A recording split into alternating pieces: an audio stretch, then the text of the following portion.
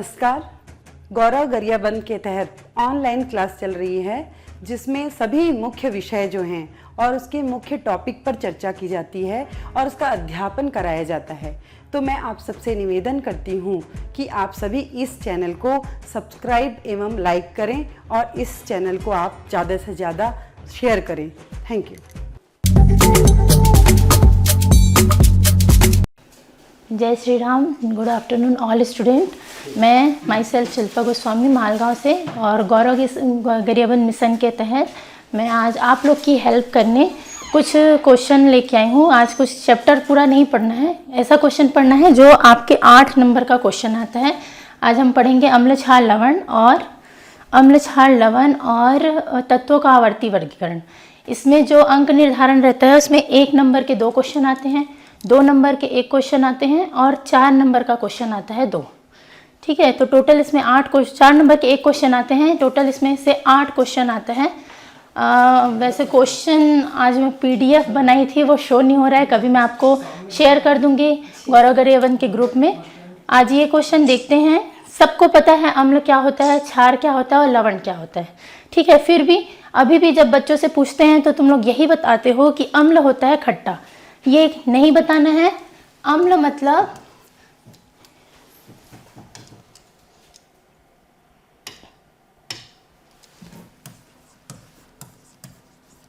एक होता है अम्ल, दूसरा क्षार और एक नया चीज भी जानते हो आप लोग, प्रति अम्ल। ठीक है, अम्ल मतलब ये होता है, अम्ल ऐसे पदार्थ होते हैं जब उसको जल में घोला जाता है तो वो हाइड्रोजन आयन देते हैं। ठीक है, अम्ल वे पदार्थ होते हैं जो जल में हाइड्रोजन आयन देते हैं। जैसे कि अगर आपको दे देते हैं HCl, HNO3, NaCl,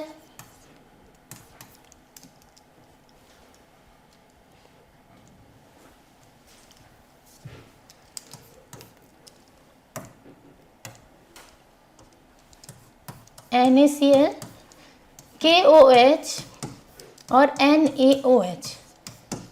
ठीक है, ऐसा प्रश्न आप लोग के तिमाही परीक्षा में आया था। इतने सारे बहुत सारे यौगिक थे और उसमें अम्ल, क्षार और लवण छांटना था। तो पता कैसे चलेगा, केवल देख के कैसे पता चलेगा कि अम्ल क्या है और क्षार क्या है। तो अम्ल क्या होता है, जल में हाइड्रोजन आयन देता है और क्षार का मेन जो परिभाषा होता है वो जल में बताता है हाइड्रोक्सिल आयन। ठीक है, तो अगर इसमें से आपको अम्ल छांटने के लिए बोले तो बस ये देखना है किसके किसके पास H है। ठीक है, अगर H है तो वो सारे तत्व या सारे यौगिक क्या कहलाएंगे, अम्ल कहलाएंगे। उसके बाद क्या देखना है, हाइड्रोक्सिल आयन किसके पास है। तो हाइड्रोक्सिल आयन किसके पास है, इधर OH और इधर OH, ये होता है हाइड्रोक्सिल आयन। तो ये दोनों क्या हो गए, क्षार हो गए। उसके बाद जो बचा पदार्थ वो सभी लवण की श्रेणी में आता है। लवण में और भी लिख सकते हो KCl। क्या यहाँ पे हाइड्रोजन और हाइड्रोक्सिल दिख रहे हैं, नहीं, तो वो सभी क्या है, लवण है। ठीक है, तो ये अम्ल, क्षार, लवण से एक प्रश्न बनता है, अम्ल, क्षार और लवण को छांटिए। ये 2 या 3 नंबर का क्वेश्चन था आप लोग के में, है ना। इसके साथ ही एक प्रश्न आता है, प्रति अम्ल किसे कहते हैं, या फिर ऑप्शन रहेगा इसमें से प्रति अम्ल छांटिए, या सही विकल्प में भी क्वेश्चन आता है जो लिखा रहता है कि प्रति अम्ल किसे कहते हैं। इधर रहेगा, इधर आपको प्रति अम्ल दिया रहेगा। तो प्रति अम्ल क्या होता है, जैसे हमारी बॉडी में एसिडिटी बढ़ जाती है, जैसे पाचन के समय, या फिर किसी दिन ऐसा होता है कि गले में जलन होने लगा या एसिडिटी बढ़ जाता है, तो आप लोग क्या करते हो, इनो पीते हो, है ना। उसी इनो को बोलते हैं प्रति अम्ल।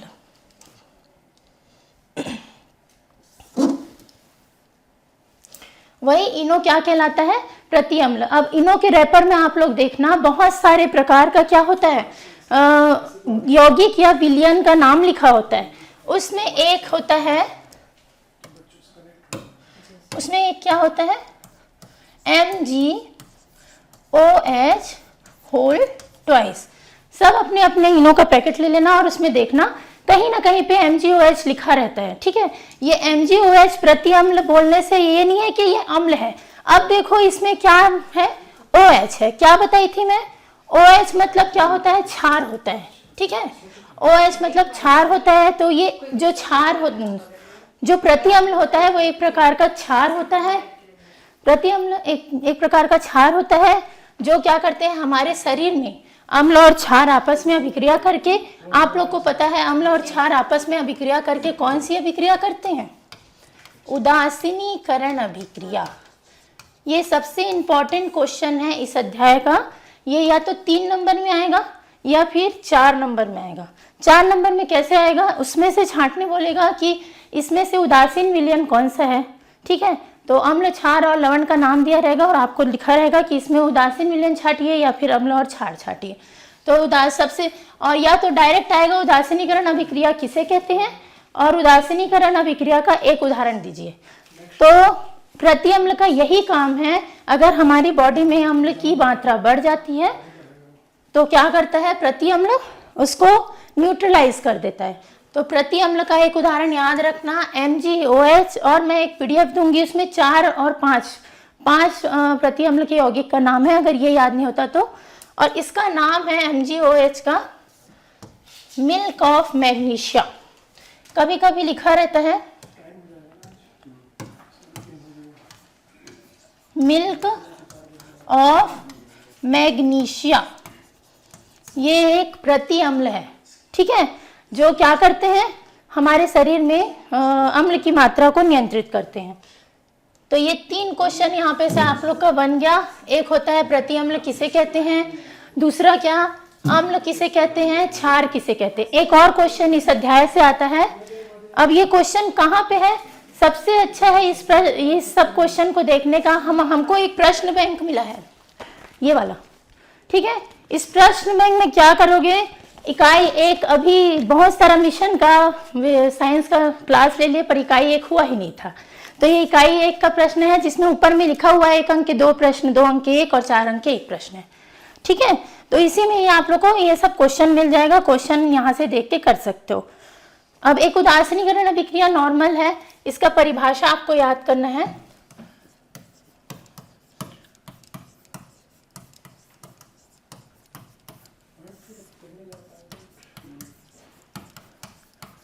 उदासीनीकरण अभिक्रिया किसे कहते हैं? यहाँ पे अम्ल और क्षार आपस में अभिक्रिया करते हैं और लवण और जल का निर्माण करते हैं, उसे क्या कहते हैं? उदासीनीकरण अभिक्रिया। परिभाषा नहीं लिख रही हूँ, आप लोग को कहीं भी मिल जाएगा, और या फिर चाहिए होगा तो बता दीजिएगा, मैं डाल दूंगी। उदासीनीकरण अभिक्रिया, अभी अम्ल का एक सूत्र लिखे थे। अम्ल क्यों अम्ल है? क्योंकि ये हाइड्रोजन आयन है। क्षार ये क्यों है? क्योंकि ये क्या होता है? Hydroxyl ion. अब यहाँ पे लिख दो, अच्छा बनाने के लिए, बहुत सुंदर दिखने के लिए क्या करते हैं, हाँ, पेपर में हमेशा ब्लू और ब्लैक पेन लेके जाया करो। जैसे एरो बना रहे हो तो एरो के ऊपर जो नाम लिख रहे हो उसको ब्लैक पेन से लिख दो। ये जब ब्लू पेन से है तो इसका नाम लिख दो ब्लैक पेन से, सुंदर दिखेगा। इसका नाम लिख दो ब्लैक पेन से। दोनों अभिक्रिया करते हैं, न्यूट्रल हो जाता है विलयन और बन जाता है NaCl। किसका सूत्र है? नमक का, और इसी को बोलते हैं सॉल्ट। ठीक है, और साथ में इसका बनता है जल, पानी। तो उदासीनीकरण अभिक्रिया किसे कहते हैं? अम्ल क्षार आपस में अभिक्रिया करके लवण और जल का निर्माण करते हैं, उसे उदासीनीकरण अभिक्रिया कहते हैं। जो बनने वाला यौगिक होता है वो उदासीन यौगिक होता है। इसमें एक भाग अम्ल से आता है और एक भाग किससे आता है? क्षार से आता है। ठीक है, इस अध्याय से अभी यही क्वेश्चन बता रही हूँ। इसके बाद एक और क्वेश्चन इसमें से बनता है प्रबल अम्ल और प्रबल क्षार।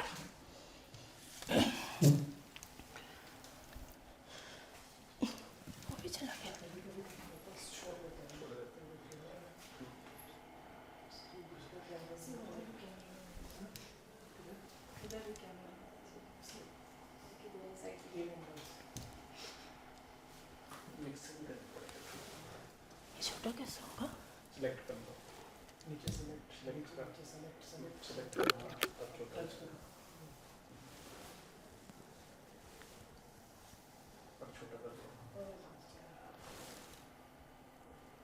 पूरा ही गया। एक और प्रश्न इस अध्याय से देखते हैं, फिर हम लोग तत्वों के बारे में पढ़ेंगे। एक होता है प्रबल अम्ल, शायद ये प्रश्न हर बार आया है। और एक होता है प्रबल अम्ल, प्रबल क्षार, दुर्बल अम्ल, और होता है दुर्बल क्षार। अब ये अम्ल और क्षार क्या होते हैं ये तो पता चल गया, पर प्रबल और दुर्बल क्या होता होगा? स्ट्रॉन्ग और क्या होता है? वीक, है ना। प्रबल अम्ल मतलब कि होता है, अभी पढ़े थे कि जो हाइड्रोजन आयन देता है वो अम्ल होता है। पर अगर प्रबल अम्ल देखेंगे तो क्या होगा? जो अम्ल पूरे जल में पूर्णतः आयनित हो जाता है। अब आयनित का मतलब क्या होता है? जल में पूरी तरीके से घुल जाता है। कैसे घुलता है? अपने हाइड्रोजन और प्लस और माइनस, प्लस और माइनस, ऋणात्मक और धनात्मक आवेश में पूर्णतः विभक्त हो जाता है, उसे बोलते हैं प्रबल अम्ल। प्रबल क्षार भी वही है, जो पूर्णतः आयनित हो जाता है उसे प्रबल क्षार, ये भी धन और ऋण में विभक्त हो जाएगा। दुर्बल अम्ल किसे कहते हैं? ये अगर इसको जल में घोलते हैं तो कुछ भाग तो आयनित होगा, पर कुछ भाग क्या होगा? या तो नीचे बैठ जाएगा या ऊपर में वो परत जमा लेगा। वैसे ही इन दोनों का परिभाषा सेम है, पूर्णतः आयनित होते हैं और ये पूर्णतः आयनित नहीं होते, है ना। पूर्णतः आयनित होते हैं उसे प्रबल अम्ल और प्रबल क्षार कहते हैं, आयनित। और ये पूर्णतः आयनित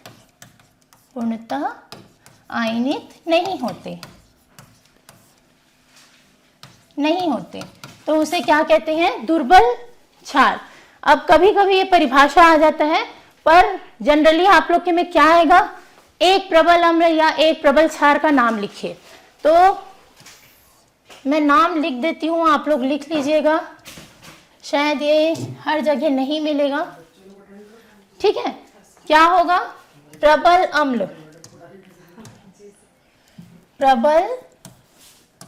अम्ल, सबका दो दो उदाहरण याद रखना है आप लोग को, उससे ज्यादा नहीं करना है और उससे ज्यादा पूछा भी नहीं जाता। HCl प्रबल अम्ल है, H2SO4 सल्फ्यूरिक एसिड प्रबल अम्ल है, HNO3 नाइट्रिक एसिड ये भी प्रबल अम्ल है। ठीक है, ये तीन का नाम याद रखना है और ये मैं गारंटी दे रही हूँ इस बार प्रश्न आएगा पेपर में। फिर उसके बाद प्रबल क्षार, KOH और NaOH, सोडियम हाइड्रोक्साइड और पोटेशियम हाइड्रोक्साइड, ये दोनों प्रबल क्षार कहलाते हैं। ठीक है, उसके बाद दुर्बल अम्ल जो कम आयनित होते हैं या आंशिक रूप से जल में घुलते हैं बोल सकते हैं। तो दुर्बल अम्ल का उदाहरण है CH3COOH, एक दुर्बल क्षार है। और एक दुर्बल क्षार का उदाहरण याद नहीं आ रहा है मेरे को, दुर्बल अम्ल का। और दुर्बल क्षार का एक देख लो, दुर्बल क्षार अभी मैं बताई थी। दुर्बल क्षार किसे कहते हैं? प्रति अम्ल को कहते हैं, जो हम इनो के रूप में यूज करते हैं अपने पेट की अम्लता को कम करने के लिए। जो हम लोग इनो यूज करते हैं खाने में, वो एक प्रकार का क्षार है और वो दुर्बल होता है, और हमारे शरीर में अगर एसिडिटी बनती है उसको क्या करता है? न्यूट्रल कर देता है। तो अगर प्रति अम्ल का उदाहरण आपको याद है मिल्क ऑफ मैग्नीशिया, तो ये दुर्बल क्षार का भी एक उदाहरण हो गया। और साथ ही साथ NH4OH, इसको बोलते हैं अमोनियम हाइड्रोक्साइड, ये भी है दुर्बल क्षार। ठीक है, आज मैं इस अध्याय से अम्ल क्षार और लवण से इतना ही पढ़ाऊंगी। इसके बाद थोड़ा सा देख लेते हैं तत्वों का आवर्ती वर्गीकरण। ये भी गया।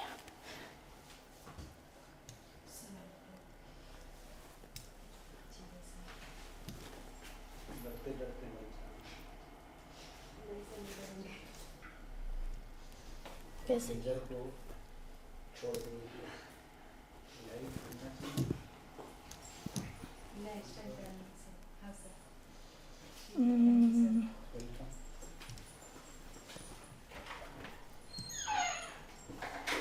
कैसे नहीं रहा?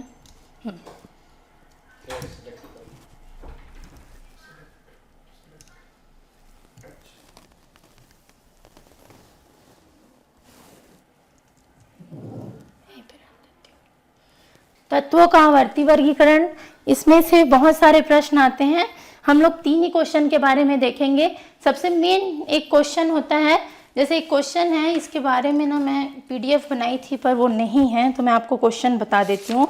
एक तत्व है जिसकी परमाणु संख्या है 11, ठीक है। एक तत्व है जिसकी परमाणु संख्या क्या है, 11, ठीक है। अब इसमें से इस अध्याय से आपके पास अगर प्रश्न आएंगे तो 4 नंबर का एक क्वेश्चन जरूर आएगा, और ये हर साल आया है। तत्व का नाम चेंज कर देगा और नंबर चेंज कर देगा।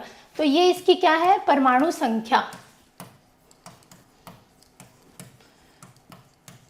मैं इस अध्याय में ये नहीं पढ़ा रही हूँ कि आधुनिक आवर्त सारणी किसने दिया, ये सब आपको पता है। पहले आए थे सबसे पहले डोबेराइनर त्रिक नियम, जिसने डोबेराइनर एक वैज्ञानिक थे जिन्होंने क्या किया था, त्रिक नियम दिया था। त्रिक मतलब 3 तत्वों को एक साथ लिए थे, और जब उस 3 तत्वों को उन्होंने देखना शुरू किया तो उन्होंने पहले क्या लिया था, उन्हें तीनों तत्वों का परमाणु भार,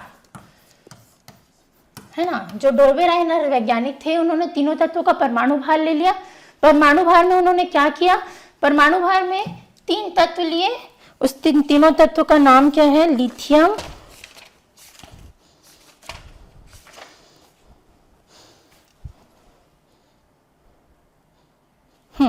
लिथियम, सोडियम और पोटेशियम, ये 3 तत्व लिए थे। अब इसका परमाणु भार किसको कहते हैं, आप लोग सब अगर आवर्त सारणी पढ़े होंगे तो ये आवर्त सारणी का मैं बता देती हूँ, इसको आगे।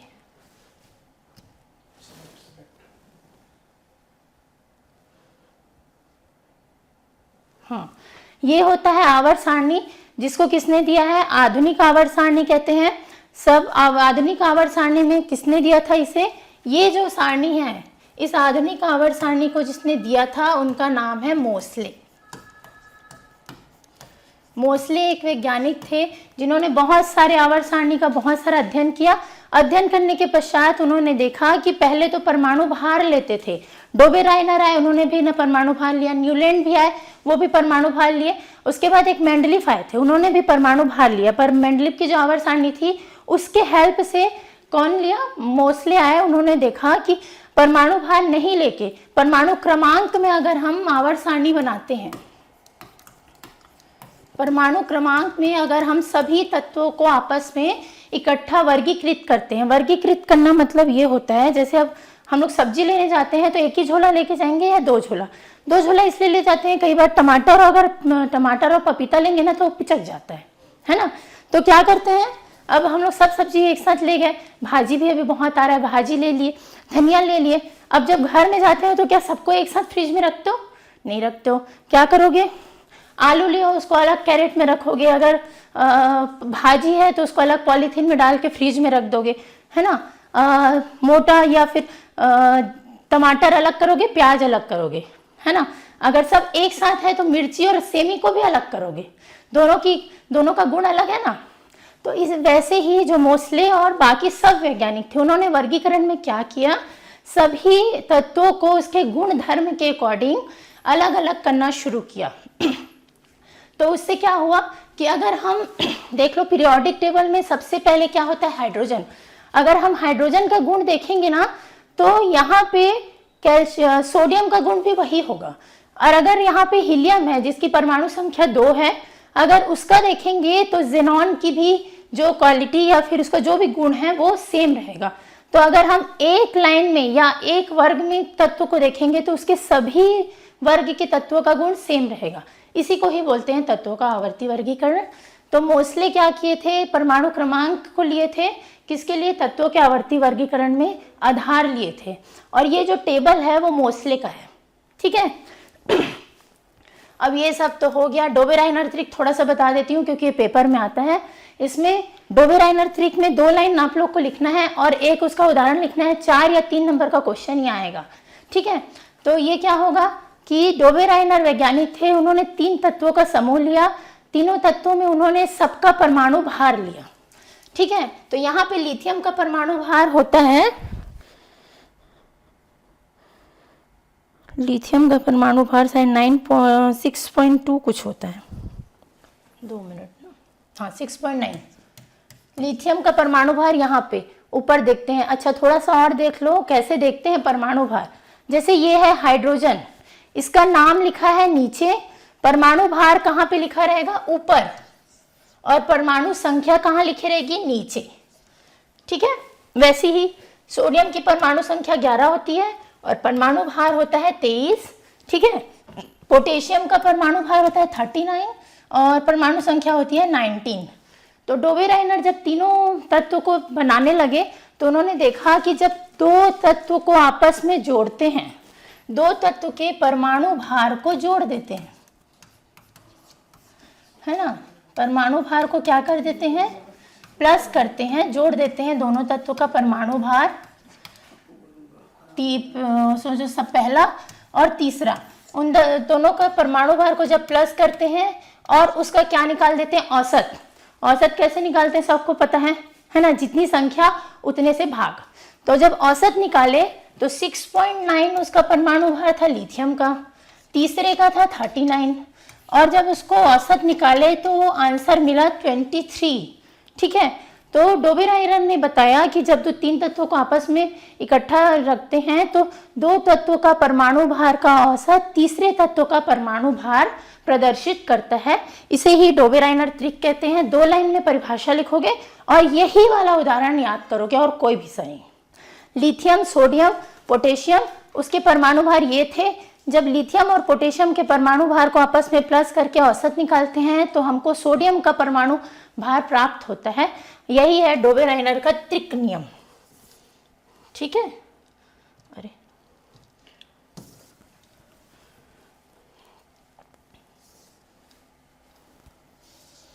इसके बाद इस क्वेश्चन में आ जाते हैं जो बहुत इंपॉर्टेंट क्वेश्चन है आप लोग के टाइम निकलने से पहले। हाँ, एक तत्व था जिसकी परमाणु संख्या है क्या है, 11, है ना। अब दिया रहेगा, इसमें 4 क्वेश्चन दिए रहेंगे, प्रत्येक क्वेश्चन एक लाइन में आप आंसर लिखोगे और 1 नंबर मिलेगा आपको, है ना। तो पहला क्वेश्चन क्या रहेगा, इस तत्व की कौन सा तत्व है, समझ लो ये कौन सा तत्व है। दूसरा क्वेश्चन रहेगा, इस तत्व का इलेक्ट्रॉनिक विन्यास लिखिए।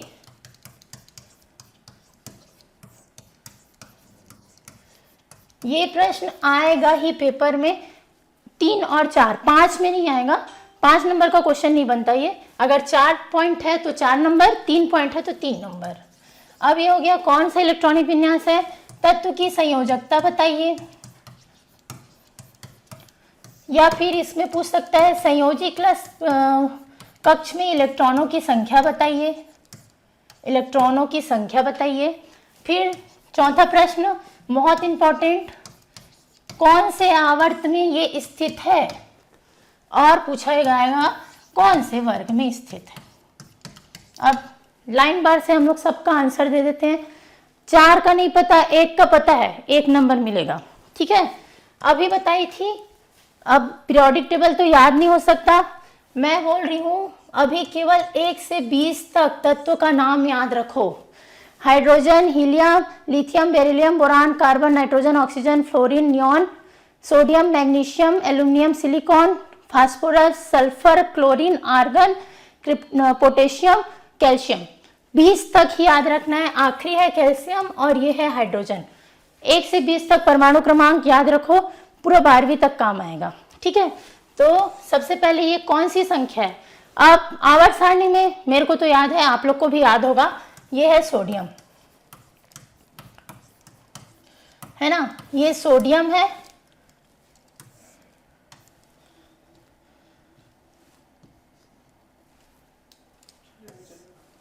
पूरा ही चला गया।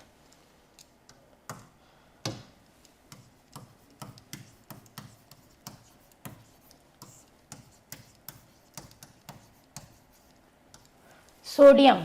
अब इसका इलेक्ट्रॉनिक विन्यास कैसे निकालते हैं मैं बता देती हूँ।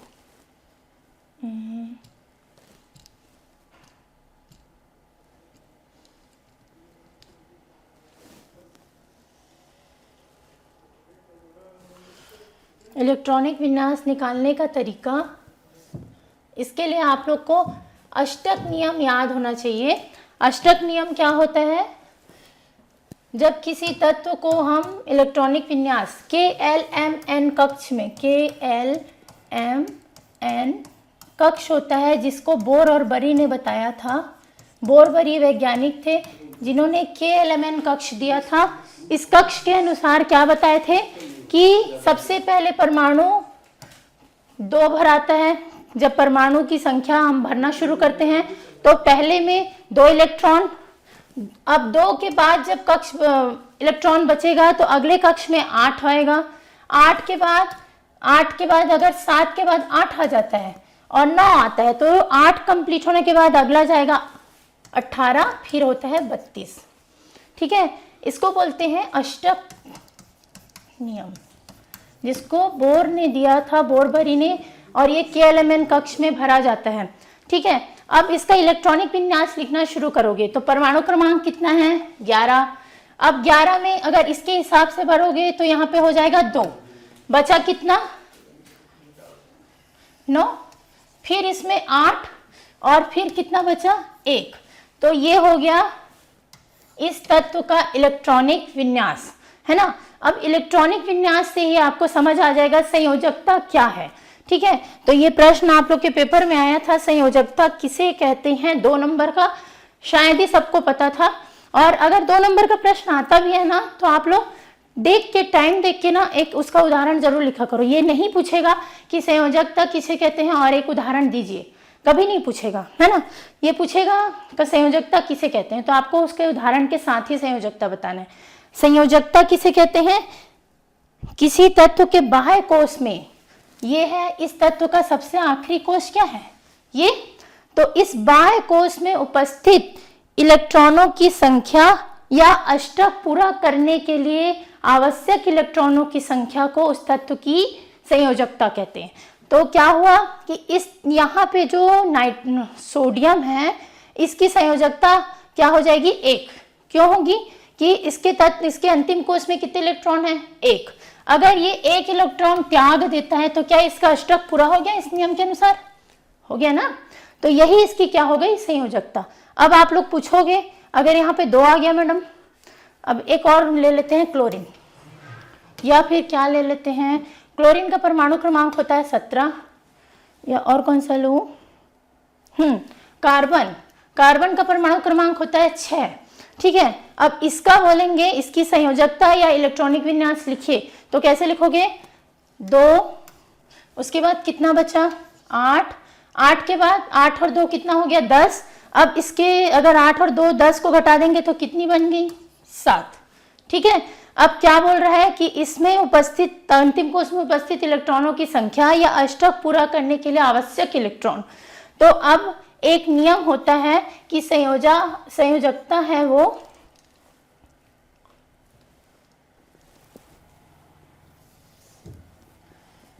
संयोजकता क्या है 1 से 3 तक बढ़ती है। 4 केवल एक ही की संयोजकता होती है जिसको बोलते हैं, उस तत्व का नाम है कार्बन। और उसके बाद संयोजकता क्या हो जाती है घटती है। मतलब यहाँ पे अगर संयोजकता कितने इलेक्ट्रॉन आवश्यक हैं तो 7 इलेक्ट्रॉन निकालने के लिए अधिक ऊर्जा की आवश्यकता होगी, पर 1 इलेक्ट्रॉन इसमें डाल देंगे तो इसकी अष्टक क्या हो जाएगा पूरा हो जाएगा, है ना। तो अष्टक तो पूरा हो गया। तो अब यहाँ पे इसको पूछेगा कि क्लोरीन की संयोजकता कितनी है, तो आप क्या बोलोगे क्लोरीन की संयोजकता 1 है। ठीक है, अब यहाँ पे देख लो कार्बन। अब कार्बन का इलेक्ट्रॉनिक विन्यास लिखना शायद सबको आता होगा, उसको मैं फिर से नहीं बता रही हूँ। इलेक्ट्रॉनिक विन्यास लिखोगे तो 2 और कितना आएगा 6 और 4। ठीक है, तोड़ेंगे तो पहले में 2 उसके बाद 4, जब तक वो 8 नहीं होगा अगले कक्ष में इलेक्ट्रॉन नहीं जाता। ये नियम पता है आप लोग को, है ना। तो अब इसकी संयोजकता कितनी होगी, 4 इलेक्ट्रॉन दे सकता है या 4 इलेक्ट्रॉन निकाल सकता है। इसलिए हमेशा कार्बन की संयोजकता कितनी होती है 4। इसको अपना अष्टक पूरा करने के लिए 4 इलेक्ट्रॉन चाहिए होता है। ठीक है, तो यहाँ पे हम कहाँ पहुंच गए, इलेक्ट्रॉनिक विन्यास भी लिख लिए, संयोजकता भी लिख लिए। अब यहाँ पे ही क्या पढ़ लेते हैं,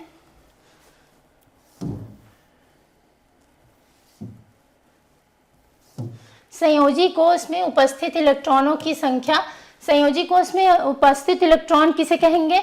ये सबसे आखिरी कक्ष को, किसी भी तत्व का जो सबसे अंतिम कोष में जो इतने इलेक्ट्रॉन होते हैं उसे संयोजी कक्ष कहते हैं, और जितने इलेक्ट्रॉन होते हैं वही उसकी संयोजी कोष की इलेक्ट्रॉनों की संख्या है। तो अब समझ लो इसकी संयोजकता भी 1 हो गई और संयोजी कक्ष में उपस्थित इलेक्ट्रॉन की संख्या भी क्या हो गई? 1। अब आते हैं आवर्त।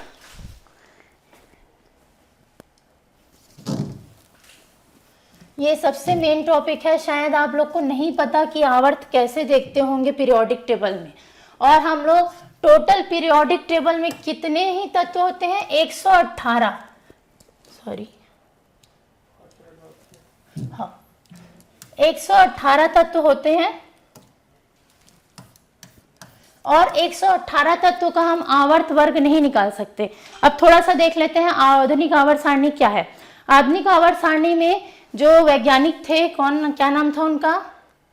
मोसले जो वैज्ञानिक थे उन्होंने क्या किया था? कैसे सेलेक्ट नहीं हो रहा? मोसले जो थे वो क्या किए थे?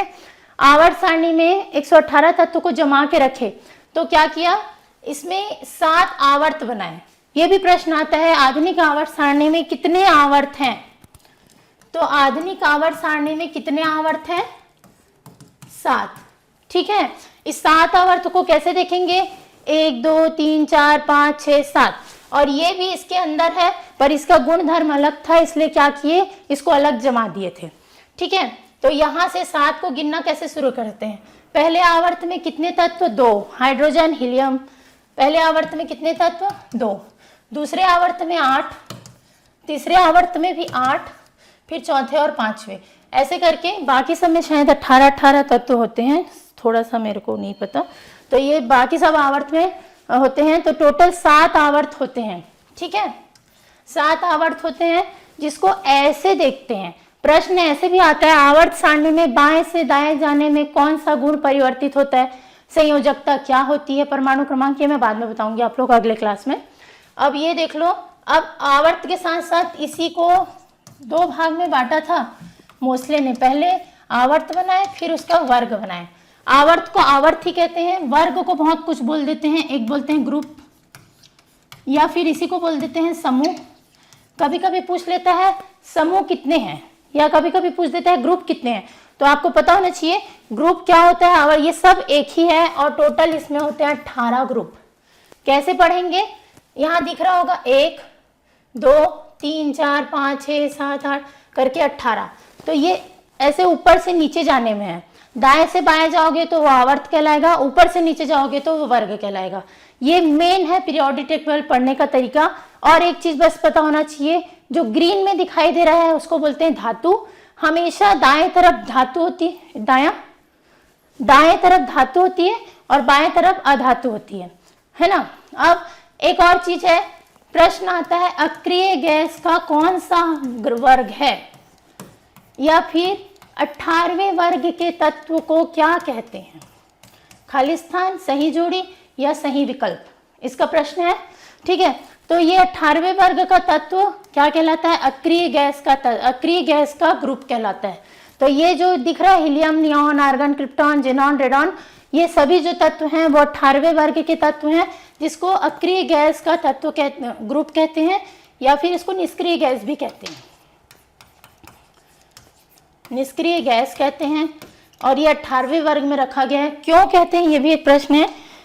18वें वर्ग के तत्व को निष्क्रिय गैस क्यों कहते हैं? क्यों कहते हैं? क्योंकि इस तत्व का, इसमें जितने भी तत्व हैं उसके अष्टक पूरा होता है। जैसे हीलियम जब लेंगे तो इसका परमाणु क्रमांक होता है 2, और अष्टक नियम से मैं बताई हूं, अष्टक नियम में 2 8 18 32। ठीक है, तो पहले अगर 2 कंप्लीट है तो इस तत्व का अष्टक पूरा है, तो इसलिए हीलियम को अक्रिय गैस कहते हैं, इसका अष्टक पूरा है। फिर नियॉन का जब परमाणु क्रमांक देखते हैं तो 10, जब इसका इलेक्ट्रॉनिक विन्यास लिखोगे तो 2 8, उस हिसाब से इसका भी अष्टक पूरा है। तो अक्रिय गैस को 18वें वर्ग में रखा इसलिए गया है क्योंकि सभी के अष्टक पूरा होते हैं, और ये रासायनिक अभिक्रिया में भाग इसलिए नहीं लेते क्योंकि इसके अष्टक पूरे होते हैं, ना ये इलेक्ट्रॉन ले सकता है ना इलेक्ट्रॉन दे सकता है। यही इसका प्रश्न का आंसर होगा कि अक्रिय गैस को रासायनिक अभिक्रिया में भाग इसलिए नहीं लेते क्योंकि इसके अष्टक पूरे होते हैं, ना ही ये इलेक्ट्रॉन ले सकते हैं ना इलेक्ट्रॉन को किसी को दे सकते हैं। ठीक है, तो ये हो गया। अब मैं बता रही थी ग्रुप होता है, 18 ग्रुप है और 7 आवर्त है इस पीरियोडिक टेबल में। ठीक है, अब एक बहुत इंपॉर्टेंट प्रश्न बता रही हूं मैं आप लोग को, क्लास छोड़ के मत जाइएगा, 2 मिनट सुन लीजिएगा फिर चले जाइएगा।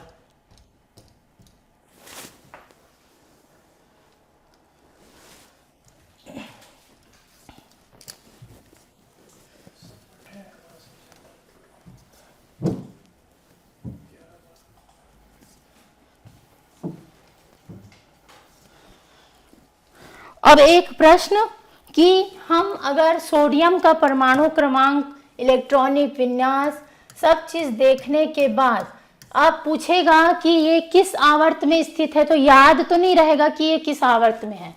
तो इसको करने का एक तरीका है,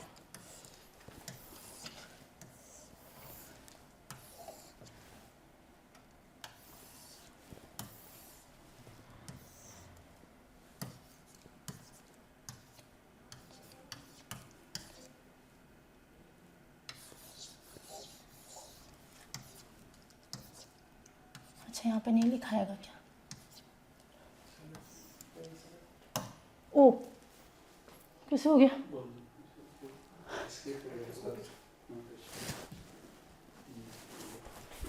यहाँ पे नहीं होगा क्या सर? ठीक है चलो, 1 2 3 4 5 6 हुआ है।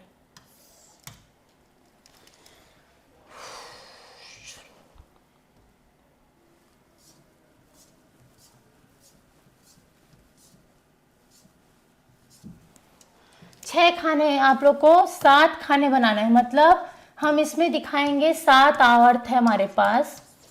ठीक है, अब क्या करेंगे, एक मैं आप लोग को मैजिक नंबर बता रही हूँ, इस मैजिक नंबर को याद रखना है, 2 8 8 18 18 32 और एक और नंबर 32।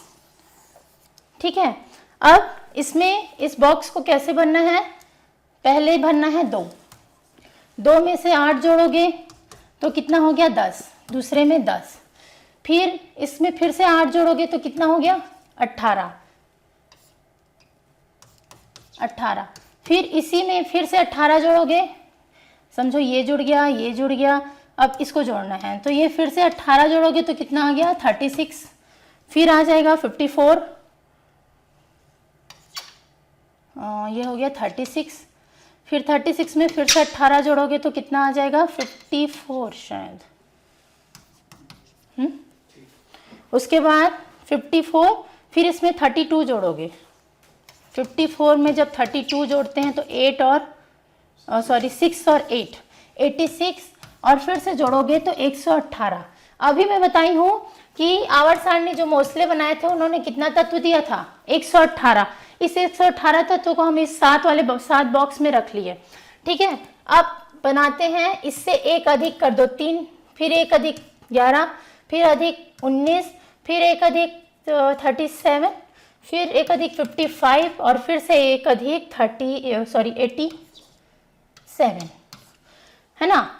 अब एक प्रश्न लेते हैं कि ये जो 11 नंबर का तत्व है वो कौन से आवर्त में स्थित है, तो कैसे देखेंगे, इस वाले बॉक्स में देखोगे, अब ये समझ लो ये है हमारा हाइड्रोजन 1। अब जब आप आवर्त सारणी को देखोगे तो पहले आवर्त वर्ग का हमको तत्व मिल गया, ये वर्ग 1 हो गया और ये वर्ग 18 हो गया। वर्ग 1 का तत्व क्या है, हाइड्रोजन, लिथियम, सोडियम, पोटेशियम ऐसे, और सबसे आखिरी वर्ग का तत्व है helium, neon, argon, krypton, xenon, radon, ये।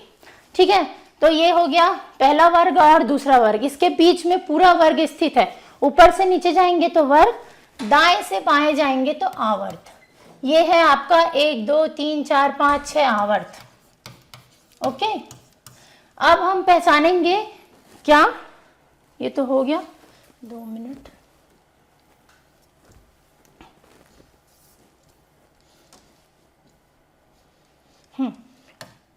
अब इसी टेबल से हम देखेंगे वर्ग, हमारा पहला जो 11 नंबर का परमाणु क्रमांक वाला जो तत्व है जिसका नाम है सोडियम, इलेक्ट्रॉनिक विन्यास 281, संयोजकता 1, संयोजी कक्ष में इलेक्ट्रॉनों की संख्या 1।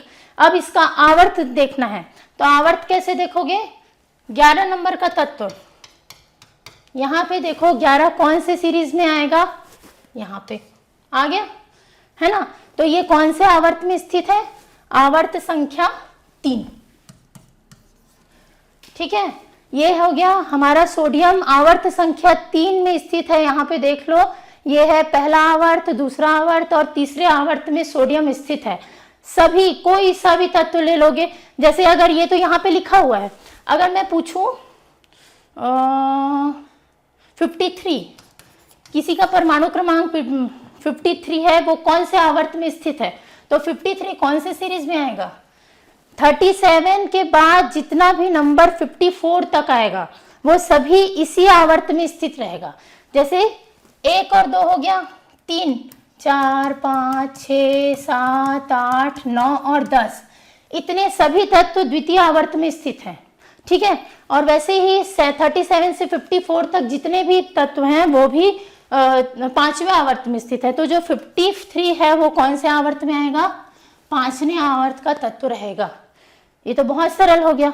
अब वर्ग, बहुत कठिन चीज, वर्ग कैसे देखेंगे बता रही हूं मैं।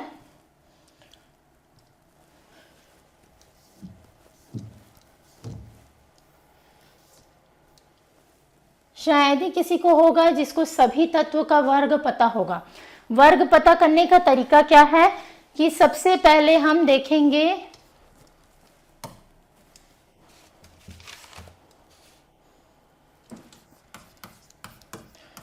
हमारा परमाणु क्रमांक क्या है, 11।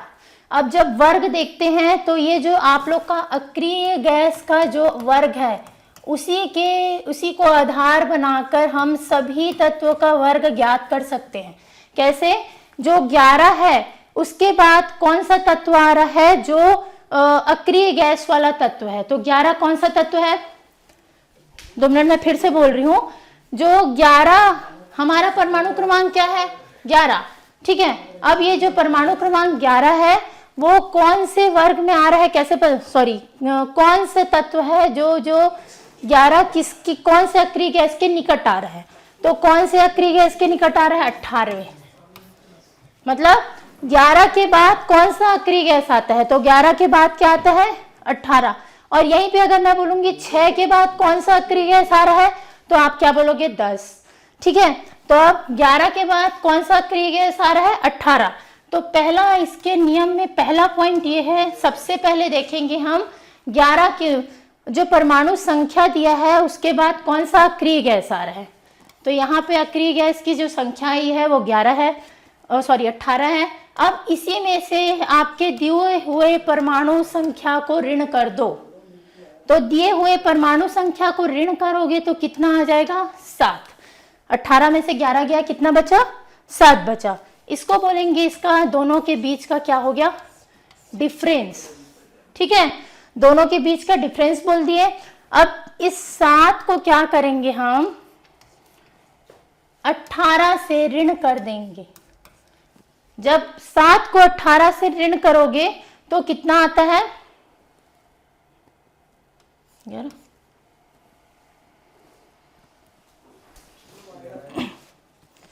हाँ, 7 को जब 18 से ऋण करोगे तो कितना, नहीं सॉरी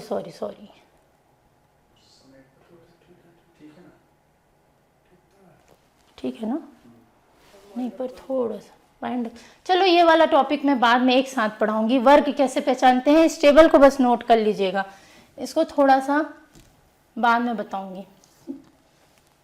इस टेबल को नोट करके रखना, अगली क्लास में हम आवर्त भी वर्ग भी देख लेंगे। चलो, थैंक यू।